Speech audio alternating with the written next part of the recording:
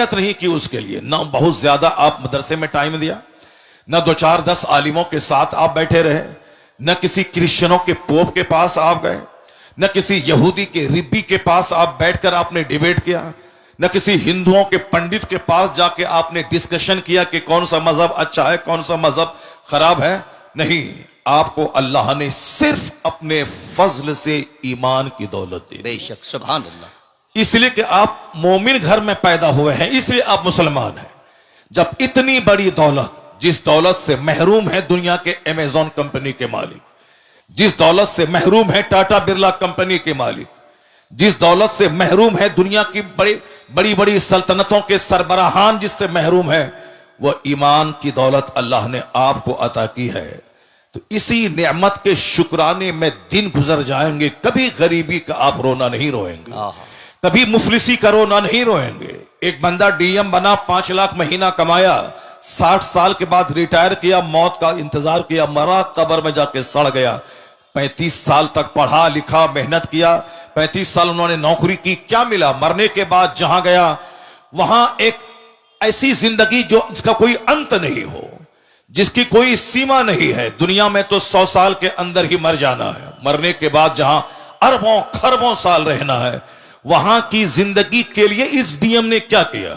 अब वहां ये आग में जलेंगे, ना इसका इल्म बचाएगा, ना इसकी डिग्री बचाएगी, ना इसकी मुलाजमत बचाएगी, ना इसके कमाए हुए करोड़ों रुपए बचाएंगे।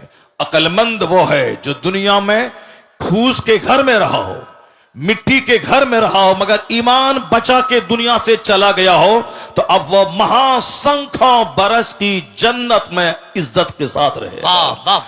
महासंख्यों साल, जहां महासंख भी एक महदूद गिनती है, महाला महदूद, जहां मौत ही नहीं है।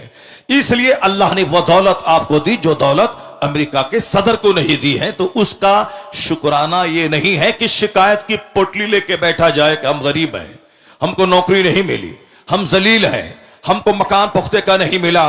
इस नेमत पे जब आप गौर करेंगे तो हर वक्त आपकी पेशानी झुकी रहेगी और आप एक दुआ हमेशा रब से करते रहेंगे, इलाही मैंने कोई मेहनत नहीं की मुसलमान बनने के लिए, मेरा कोई एहसान तुझ पर नहीं है कि तूने मुझको मुसलमान बनाया है, तूने अपने फजल से मुझको मोमिन बनाया है। तो हर वक्त वह मोमिन यही दुआ करेगा, इलाही जब एक एहसान इतना तूने किया है तो एक एहसान और कर देना कि हालत ईमान में मौत देकर जन्नतुल फिरदौस अता कर देना। सुभान अल्लाह। बेशुमार लोग ऐसे हैं जो मरने से पहले पहले मुशरिक हो गए, मरने से पहले पहले काफिर हो गए। बहुत सारी बेटियां मुसलमानों की हैं जिसको जन्नत की तालीम नहीं दी गई, आखिरत की तालीम नहीं दी गई, कब्र में हजारों साल रहना है उसकी बात नहीं बताई गई, कयामत के दिन एक दिन 50,000 साल के बराबर होगा, यह बात बाप ने नहीं बताया। बाप ने सिर्फ ये बताया कि इंजीनियर बनना है, डॉक्टर बनना है, कमाना है, घर बनाना है और खाना पीना है। तो अब अच्छी लाइफ गुजारने के लिए कोई मुशरिक उसे ऑफर दिया कि मेरे पास 5 लाख रुपए माहाना की आमदनी है, अगर तुमने मुझसे शादी कर ली तो तुम रानी बन के रहोगी।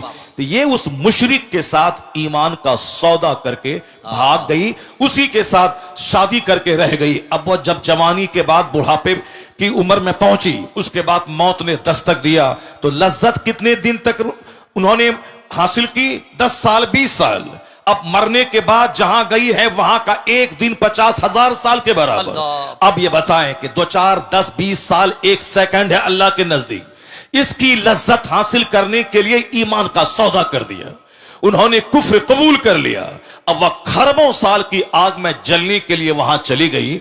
अक्लमंद है वह बाप जो बच्चों को डॉक्टर ना बनाए मगर जन्नती बना दे, जो अपने बच्चों को इंजीनियर न बनाए जन्नती बना दे, जो अपने घर में डॉक्टर इंजीनियर का चर्चा न करके आलिमे दीन का चर्चा करे, कुरान हदीस का चर्चा करे। वह औरत धन्य है जो नहीं बनी इंजीनियर मगर वह चूल्हे में खाना बनाती रही, अपना ईमान बचाती रही, बहारे शरीयत पढ़ती रही, कुरान पाक की तिलावत की, माह रमजान में 20 रकअत सूरह तरावी वह पढ़ती रही। वो औरत ईमान बचा के चली गई। खरबों कमाने वाली बैरिस्टर से बेहतर है कि कनीज़े फातिमा बनकर फातकू